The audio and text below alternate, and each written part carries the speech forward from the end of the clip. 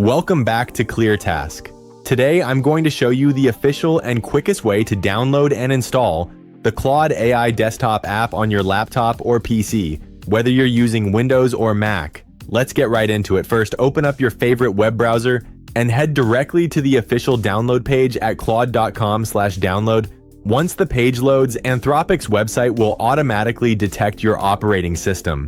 Simply click the prominent download button displayed on the screen. If you are already logged into the standard web interface, you can also find this option inside your profile menu, but going straight to the download page is much faster. Once the installer file has finished downloading, locate it in your browser's download history or open your system's downloads folder and double-click the file to run it.